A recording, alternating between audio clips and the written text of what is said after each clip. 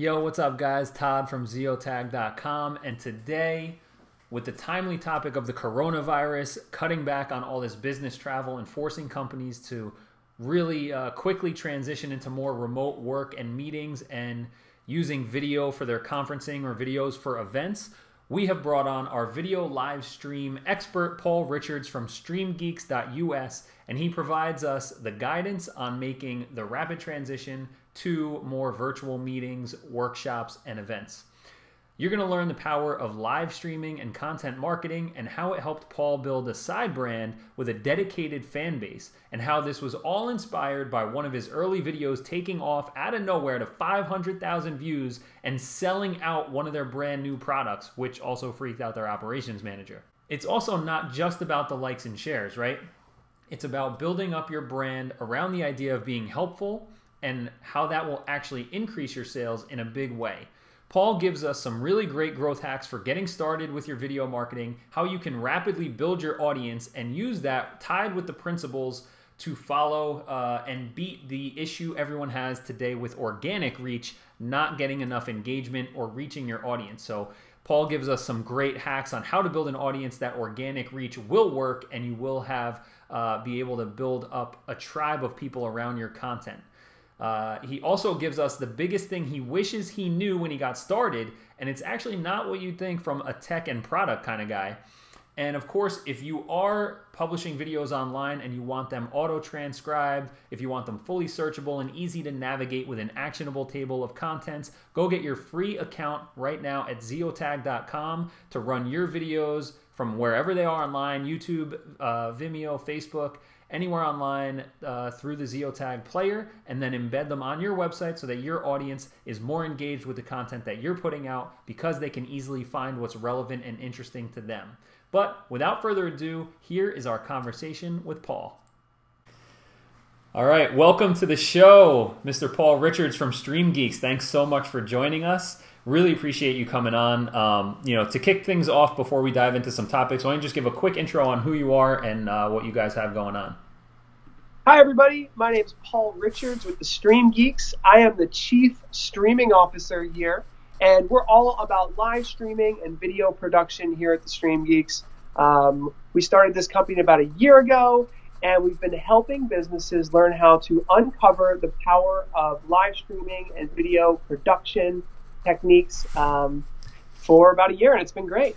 Awesome. So, all right, let's hit the hot topic. Normally I like to have shows that are going to be evergreen and last forever, and most of the episode will do that when we dive into some other topics. But for today, we have major issues in the world with coronavirus shutting down all this travel and restrictions, and so everyone is in a scramble on how can they work remotely, how are they supposed to be communicating with their teams, how do they have meetings and learning and all that kind of stuff. And who better to come on than the Stream Geek himself, right? The man of live streaming. So what is it, talk to us a little bit about like the people you see making that scramble, and what advice do you have for the companies today that are cutting back on the travel and how they can still, have solid communication among their team using video? Well, luckily, it's 2020, and we're here at a time when video communications and streaming technology is really at scale. 10 years ago, cloud-based video conferencing was barely a thing. Yeah. So this is in a way, the tools are available for businesses to communicate online. Two major things is obviously video conferencing, right, which is basically moved to the cloud at this point. Zoom video conferencing is a major leader there. They have multiple different tools. One is just face-to-face meetings where you can have group meetings usually you can have up to 300 if you have the professional version, 300 folks there. And you can also do webinars where you can have thousands of viewers there. Then on top of that, there's live streaming technology where you can reach even more people, hundreds of thousands if needed. And so there's lots of different technologies out there. Depends on if you're trying to have public broadcasts, right? Like live stream where it's on Facebook and YouTube to give your business the maximum exposure possible. Or if you're just trying to have private meetings to keep the conversation and communication going when you have to work from home. And then finally, there's unified communications platforms. We're talking about the Slacks, the Microsoft Teams of the world that just allow teams to communicate better. Many businesses are already using these platforms. So working from home, working from your mobile smartphone, for example, as you're traveling, has become commonplace already. There has been a massive shift since, I would say, January 2020. The latest news from Zoom video conferencing is saying they've signed up more new users for their video conferencing platform in 2020 as of January and February as they did in all of 2019. Whoa. Over here at the StreamGeeks, our phones are off the hook. I can't tell you how many people are calling me and saying, I've got an event that I already sold 1,000 tickets to. We can't refund everyone. I don't know if you heard South by Southwest was canceled. Yeah, it's crazy. Most people's insurance do not cover diseases. Wow. It's not covered, so they're not sure what to do. They're scrambling to do a virtual event or virtual trade show. How do we live stream this? And luckily, we've been creating content on this for like 5 or 6 years. Really ahead of the game for sure. So the amount of comments and shares and things that are happening right now in the past couple months has been just incredible. Yeah, that's huge, and the event thing is huge too. Like South by is of course like probably the most famous event that's been canceled, but everyone I talk to in business, the industry events are all getting canceled, from thousands of people events, and then down to one of my friends, they're doing something with 15 people that had to get canceled, and so they're trying to figure out for that type of, I think it was like a workshop, they had like a guest expert coming in to do a workshop, and I think they charge $500 for a seat, and they canceled temporarily delayed it for now, but they're trying to figure out like, okay, how do we switch it to fully virtual? Do we refund some of the money because it's virtual? Do we do virtual and then later date do a live one, and for the same, everyone who got a ticket gets both? Like, how are you seeing people kind of handle that when it comes to the people who bought tickets to events and what they're doing, and what do you see the response to the attendees when they say we're going to go virtual? Well, Todd, I'll give you a little secret. I'm not sure when you're posting this, but I've been working on a book called The Virtual Ticket, an event manager's guide to hosting virtual events. Worked on it for about 2 years. In 2017, I helped Vid Summit in Los Angeles launch their virtual ticket conference. Cool. In 2019, you and I were at the StreamGeeks Summit, where we were selling virtual tickets in New York City. And then in 2020, our company actually hosted the Worship Summit Live, which was an all-virtual summit. So between those 3 experiences, I've been using that to write a book called The Virtual Ticket to help the events industry. Couldn't be a better time to be publishing this book. Yeah. As you know, the event industry is just coming to a grinding halt right now. Yeah. And essentially, virtual tickets not only can be very profitable to add a profitability revenue stream to any event, but it also makes events more diversified so that they can have a fallback plan.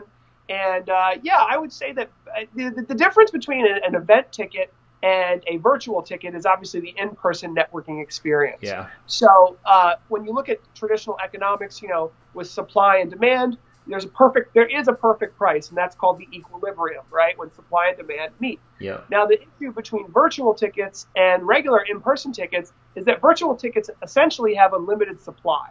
So you can sell an unlimited supply of them. That doesn't mean that the price of them it doesn't need to be $1.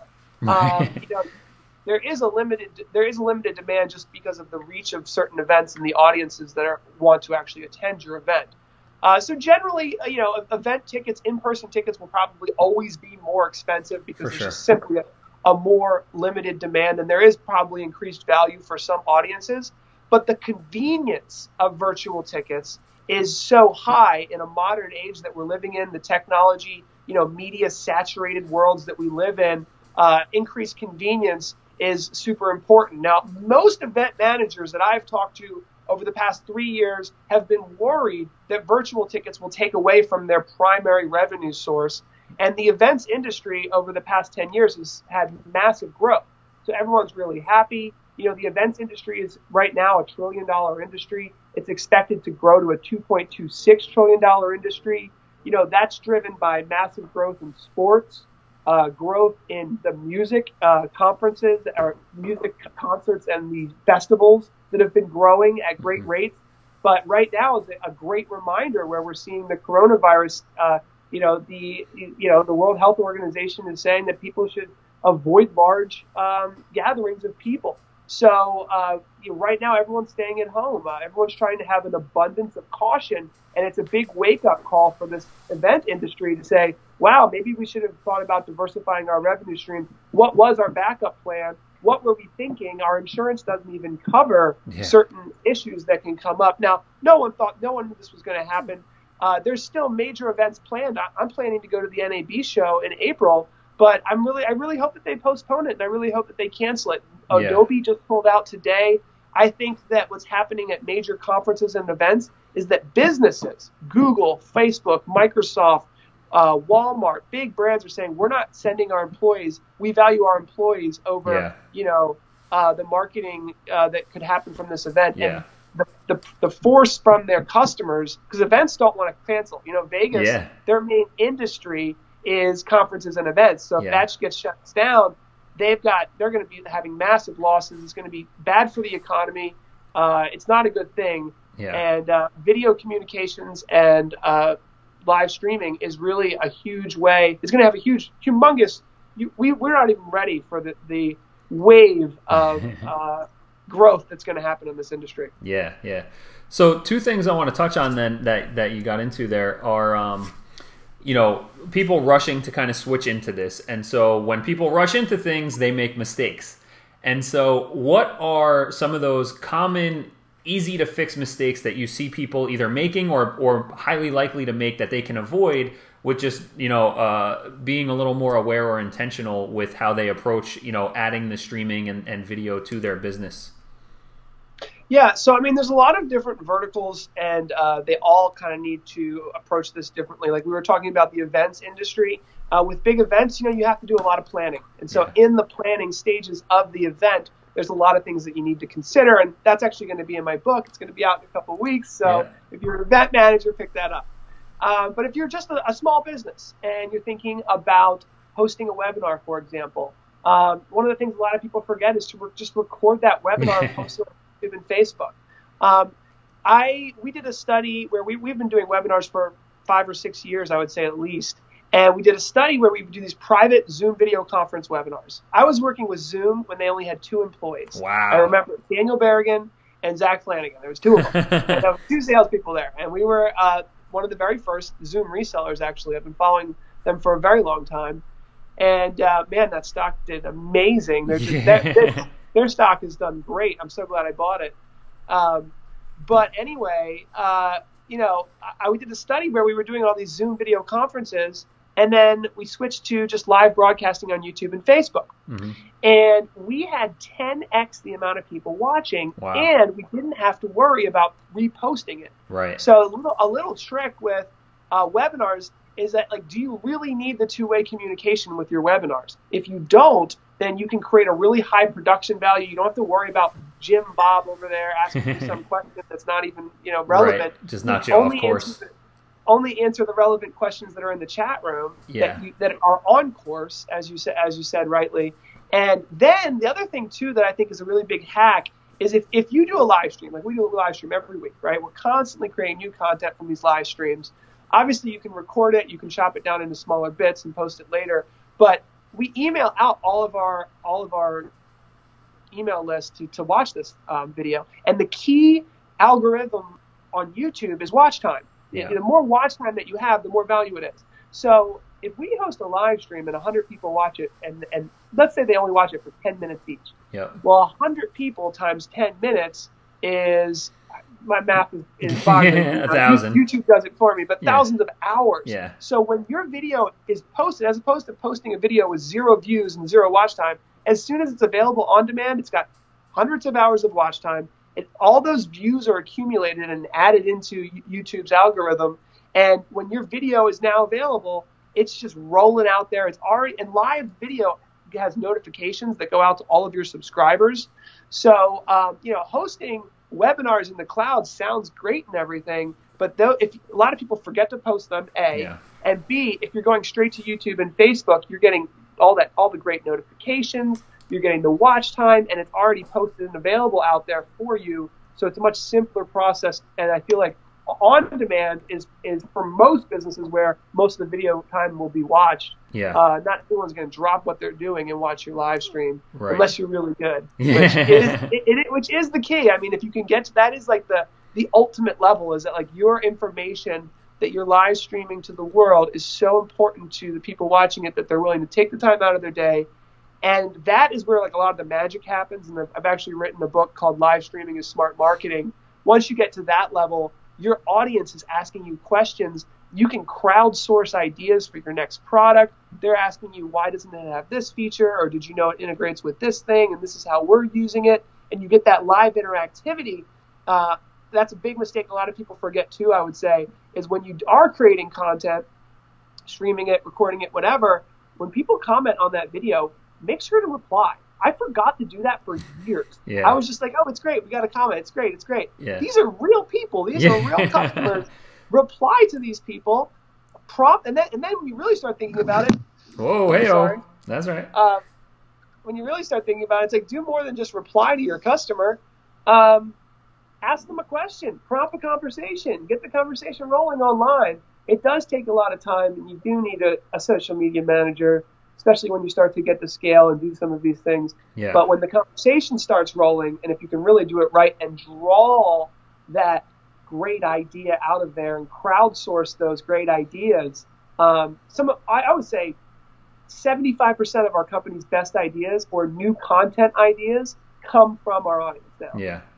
Yeah, that's awesome, and that's a great tip that I want to make sure I'm going to reiterate so that everybody makes sure they grab that. Is when you go live on YouTube, if you send people to watch, that it stacks up the time. People, the watch time and retention is so huge. And everyone talks about like, how do we send traffic to our videos and get them to watch and stick around? But if it's a live stream, I think you would probably tell me most people are more likely to watch longer on a live stream. So if we can get that going, and now when the video is quote unquote published, right? Like at the end of it, you already have all that watch time stacked up. That's a great tip. That's really awesome.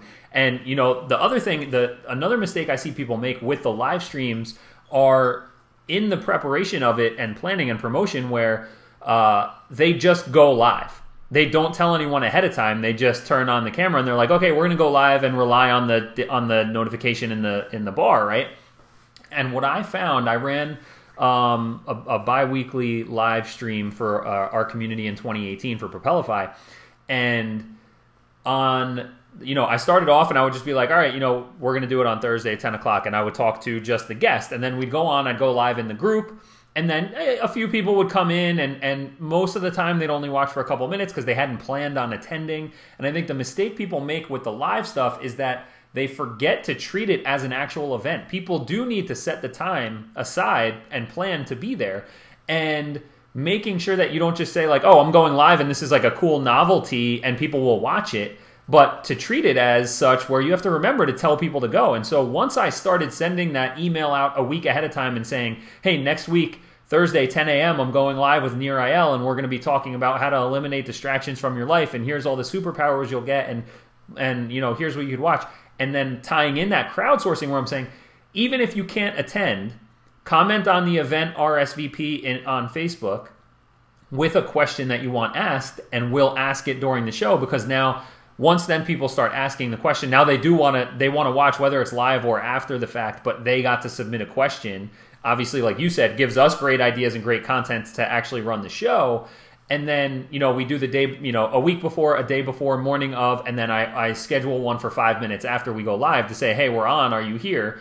And then we send the replay out like the next day. Hey, if you missed it, here's what we covered, and give them a list of the benefits. But, making sure that you don't just think to yourself, hey, we're gonna do live streaming, we're gonna go live and flip the camera on, and everybody's gonna come and watch because people watch live videos. You still have to make sure you're promoting it and getting people to pay attention and know, hey, Thursday I need to block off time, because even when they get that notification, if they didn't prepare, they might tune in for 5 minutes, 7 minutes, but then they had other stuff going on in their calendar, they weren't ready for it, so then they may drop off. So I think that's a mistake people should be paying attention to also, is treat your live streams like any other event you would have. Yeah, I agree. So, you talked about tech a little bit, but can you tell us a little bit, you guys, you do have the camera company. If you want to talk to us a little bit about the cameras that you guys have and how great they are, what makes them so good for the live streaming. And then maybe, because I know you're recording this on your phone, you could give us a little tour of your whole studio that you have going on for the live streams that you do every week. Yeah, I would be happy to. I think that would be a lot of fun. This is kind of like a selfie stream, I guess, if you will. Normally, but selfie streams have a great place in kind of making things exciting and fun. But StreamGeeks is a kind of how did you describe it? Kind of Todd? A side brand. A side brand. Yeah, and I realized, and I think a lot of companies are doing this and realize that it's nice to have a brand that doesn't sell anything. It's just there out of the goodwill of your company, because that is ultimately what customers respond to. There's only so far you can go when you're trying to sell something. But if you really have, the good intent of trying to help people really respond to that. So what I'm going to do is kind of this is our main brand here, PTZ Optics, and they're live streaming cameras. They're really high quality. You can put one of these kind of like on the wall in your studio, and you can have somebody, operate them to zoom in and really show things. So whether you're playing guitar and you want to show a wide shot and then a zoomed in shot of you playing guitar, or if you're a business and you want to put a product on the table and have someone put it on the table. Here's another interesting use case. This is a telemedicine cart here. Oh, nice. So these get used a lot in telemedicine, where you might want to have a doctor remotely be able to diagnose a patient. So that is very big right now. We've been helping lots of hospitals get set up and ready to deliver remote care. It's very important right now, especially with what's going on. And then we actually do a lot in esports as well. We have actually some webcams that are specifically designed for Twitch streaming, for example. And then I'll just take you guys, there we go, to our main studio. Yeah, let's check this out.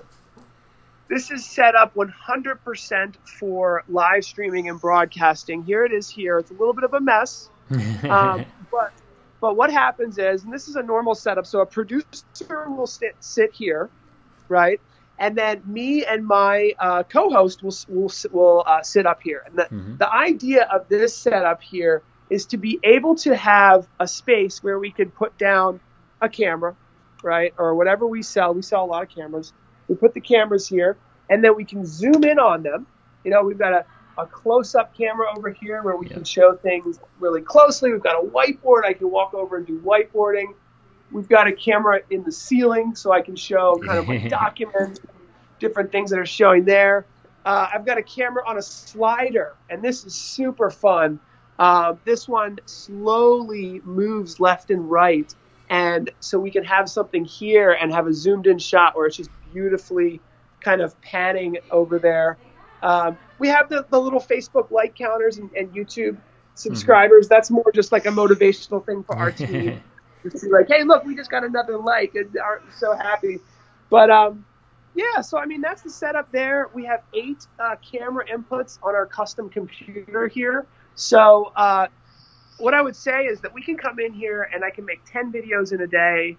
I can host a live stream directly to YouTube or Facebook, but I can also take all of this technology and pull it into a Zoom video conference call. So I have sometimes really important meetings with like a new distributor, let's say, in Europe, and there's 100 salespeople in there who are going to help me sell my product. And I want to make a very good presentation to them, but it's private. It's not information that I want to share on YouTube and Facebook. So I can take all of this technology and show them a presentation on Zoom video conferencing or GoToMeeting that it really kind of makes their eyeballs pop out of their head, because nobody barely does that. No one combines the video production technology with video conferencing technology.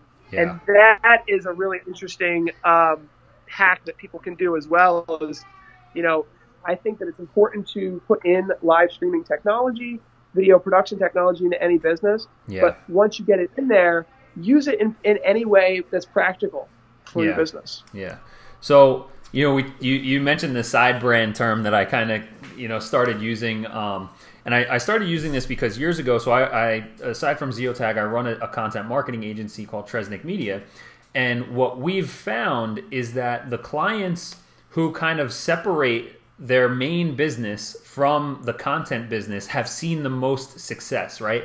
And so I just posted this case study the other day where in 2019 we had a website for one of our clients, got 37,000 visits, all organic search in 2019, and got like a couple thousand leads through the site, which doesn't sound too impressive depending on what size business you have. But the interesting thing is the website has been untouched for 3 years. And what happened was for 20, I forget the years, but like 2014, 15, and 16, we published content every week, and it's a lighting business, so it was all content around lighting tips for your bathroom, how to better light your kitchen, lighting for your new home, all this kind of stuff. And it was pure content, and then building up an email list by offering free lighting design ebooks. And we created all this great content. It was separate from the main business, so it did a couple things. One, it had its own kind of consumer-facing brand name that built a real consumer audience. It also separated the what I'll say emotional connection that when you work with a client or when it's your main business, you kind of want specific branding guidelines. You don't want to put out certain things. This kind of took away that I would say the side brand liberated the company from having the restrictions of the sales type of stuff or the main executives having their hands on, like, you know, the typical homepage of a website of a large corporation where every department wants their little section on it.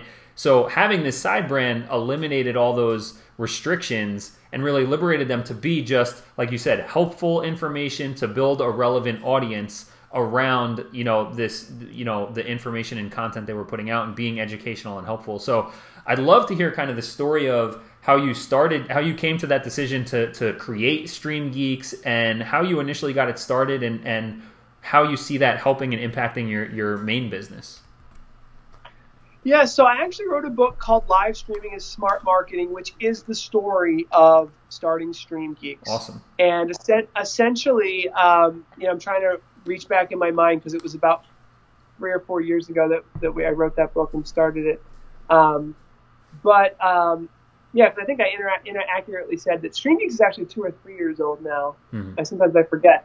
But, you know, we basically hit a home run with a video. And so we were live streaming a lot. We weren't that great at live streaming when we first started. You know, I mean, well, and no one is. You know, I think that's the other thing is that nobody's good at anything when they first get started, and that's also important for everyone to know, especially in this time where everyone's kind of getting shoved into doing more video because of what's going on with the travel stuff. Like, it's okay to not be good because no one's good when you first get started. Yeah, it took years, to be honest, and I hope that some of the material that we create and the books that I've written really help people to skip a lot of the issues that we had in the beginning. Because, man, I made every mistake in the book. I still have my first live stream from 2015 that was on Halloween, and man, that was a scary stream. Trust me.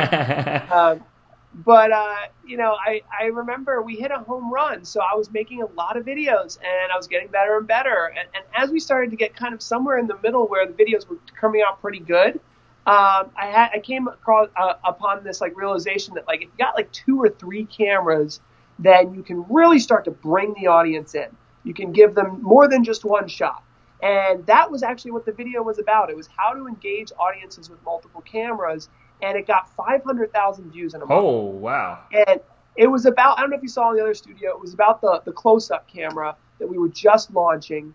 And I was showing people how easy it was to cut from like a main camera to a side camera where you can just kind of just change your perspective a little bit, and then maybe show a product close up or something. It's all about video production style. And we got 500,000 views, and we sold out every single camera that we had of that model. And the operations manager went, "What's going on? You know, we just launched this thing. We have like hundreds on back order. What's going on, guys?" And we were like, well, we made a really good video about it, and people are responding, and they're actually, it's not just like we're getting likes and shares, we're getting sales. Yeah. And so we started to realize really quickly, like one thing after the next, like how do we recreate this success? How do we spend more money on it? And so how do we start advertising on YouTube? YouTube is way cheaper than Google AdWords, we realized, for the attention that you're getting. Like, you can look at a Google AdWord click that costs you $20 and someone spend 2 minutes on your web page, and then you can spend 2 cents on a YouTube view where someone spends 15 minutes watching a video. Right. So like, we were just looking at all these disparities in attention, and we were just more and more growth, and we were just replicating the growth, and just more and more hacks. Like, should we do a press release for every single show that we do? Should we, how do we do the inbound marketing? What is the guide that we're giving away for every show that we do? And so I just kind of showed that example. We use HubSpot, but I'd say that's probably the most powerful thing, is tying the power of video production and live streaming into real lead generation and sales. Yeah. And it doesn't have to be, give us your contact information for XYZ guide every single time. I definitely think that after doing this for so many years, it's about a long-term approach of mind share, partnerships. Like, I remember after a couple years of doing a live show, we had done, we had like 20 or 30 partners and guests on our show, like what you're doing now here. And I remember like those relationships, I'm looking back and being like, wow, like all those relationships from all those guests that we had on our live streams, like those are real, and it's helping us grow our brand and the partnerships that we have. And at a certain time, I thought that was the most valuable thing. Right, yeah. But I do think the most valuable thing is just the massive exposure to end user audiences, and then using Facebook and YouTube, mainly just Facebook and YouTube, really, underpriced advertising for effective marketing. Yeah. So I'd love to hear you talk more about, so you touched on the paid advertising side of things, which I find very interesting, and we do, I haven't gotten into the YouTube advertising yet, but it's definitely on the docket very soon.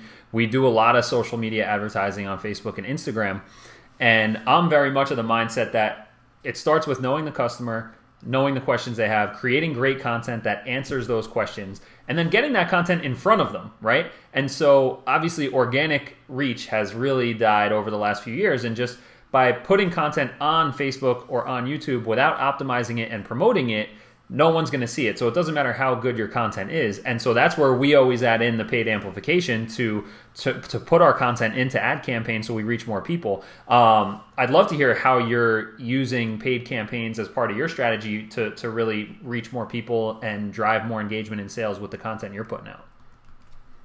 Well, first of all, on the organic side, yes, it's true. But if you build an audience, it can actually have the great effect where, like I said, as soon as you post that live video, you've got tons of watch time. And now that you have that audience, some businesses have audiences, some businesses don't.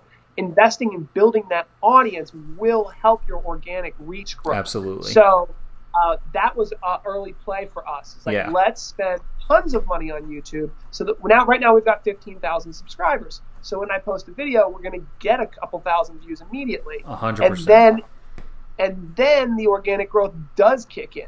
So you've got to invest in the social media early on, and it's worth paying to build the audiences. So look at creating tons of content and then seeing which ones get you the most subscribers and likes on Facebook, and then boost those specifically so that the organic reach can come into play. And then on the other side of the organic reach is the SEO side. So don't forget to write a blog post and do the website work, because organic leads that come through your sales funnel are 12 times more valuable. Whatever the statistic is, it's much more valuable than paid. And I think there's still lots of opportunities on the SEO side to win for many, many companies. I just realized that recently, and we've done a huge SEO overhaul on our business because it is such a big opportunity. But on the paid side, just got to do it. Major wins there. Just got to keep looking at the keywords, keep looking at the watch time, seeing what's effective, and just I like in my book, what I say is boost every single video for $10, right? If you can fit that in. That's enough of a sample size to get 1,000, 2,000 views. And then look at, so I at one point, every single video that we would do, I would boost for $10. And that would get me 1,000 views or whatever. And then I would just look down the line and see which one had the longest retention. So whatever's getting the most audience retention, like, because I would be boosting some videos that were 3 minutes long and they would get 30 seconds. And I'd be boosting other webinars that were an hour long and I'd be getting 30 minutes. Wow, and they cost the same price. Right. So 2 cents per view for 30 minutes of attention is a lot more valuable than 30 seconds. And I think that was a huge hack and a great tip for people to just boost everything if you can, and then figure out what's working and really focus on that. Yeah, I love that. And a previous guest, Charlie Valor, for you guys, check out that episode. But he talks about the same thing. He's running, he runs an agency for podcasts, and so he's overseeing over 1 million downloads a month. And what he said is the same thing you just said. Like, they run ads for content that's 30 seconds, 3 minutes, full 30, 60-minute episodes of stuff. And for certain businesses and certain audiences, the people are watching the full 60-minute episodes on Facebook on their phone, right? Like, and then in other places that totally flops, and it's the 2-minute clips that work. And so totally agree. Like, every brand has to do that testing phase, right? Where you pay the $10 per content, see what your audience is interested in, and see what's working for you, and then double down, which is what it sounds like you did. Is you found those early opportunities where, you know, it was underpriced attention, built up that audience. I mean, you really, you know, you ran the playbook.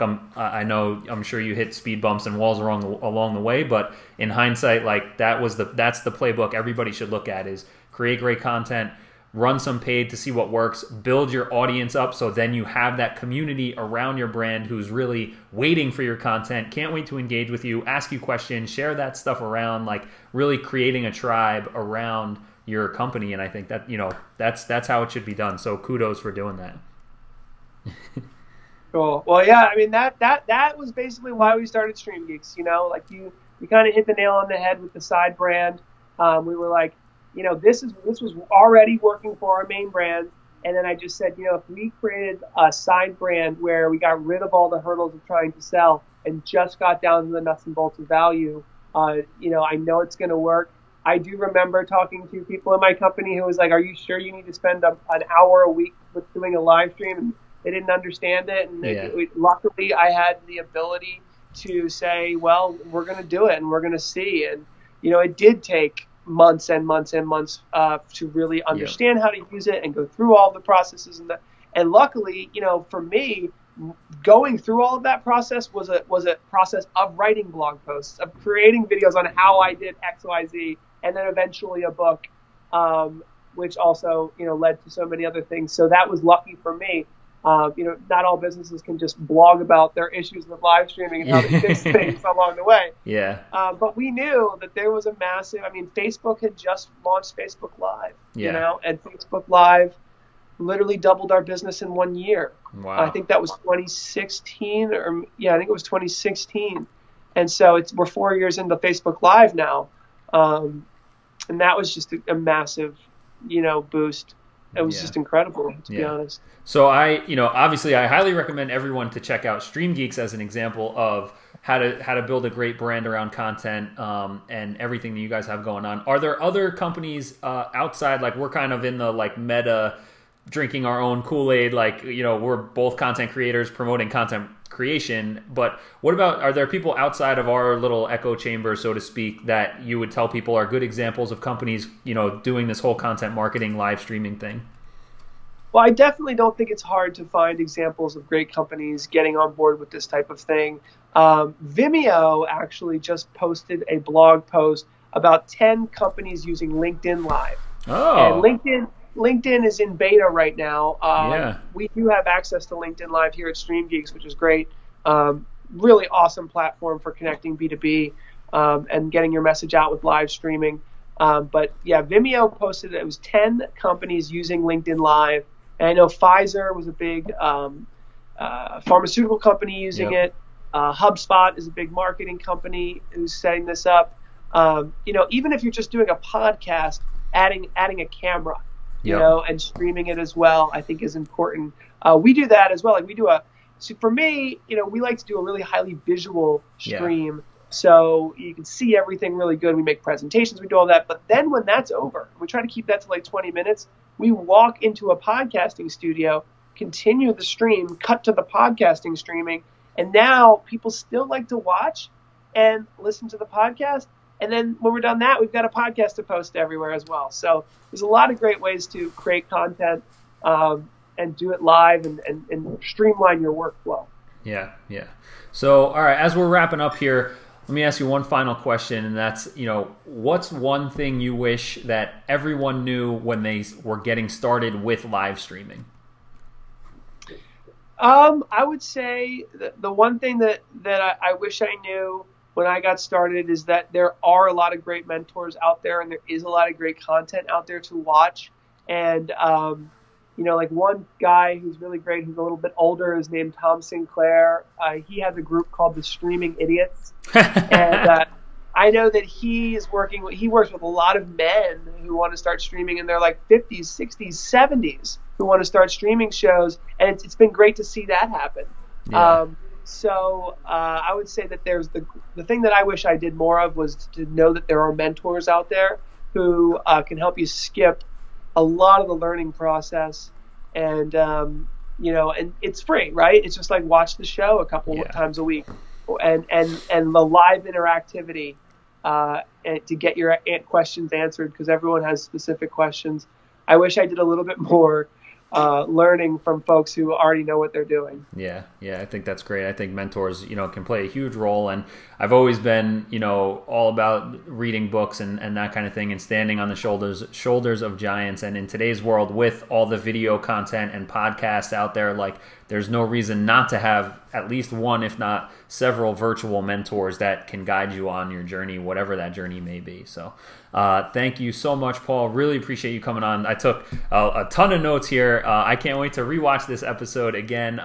And we'll definitely be posting it a little quicker, jumping the queue because of the whole coronavirus thing going on. We want to make sure everybody has this information for them getting switched to live streaming, and we will link up where everyone can find you over at StreamGeeks.us, and also where they can check out your cameras if they want to invest in getting their live streaming and virtual meeting stuff, taking that to the next level to be a little more professional. So thank you so much for coming on today, and everybody watching, thanks for watching. We'll catch you on the next episode.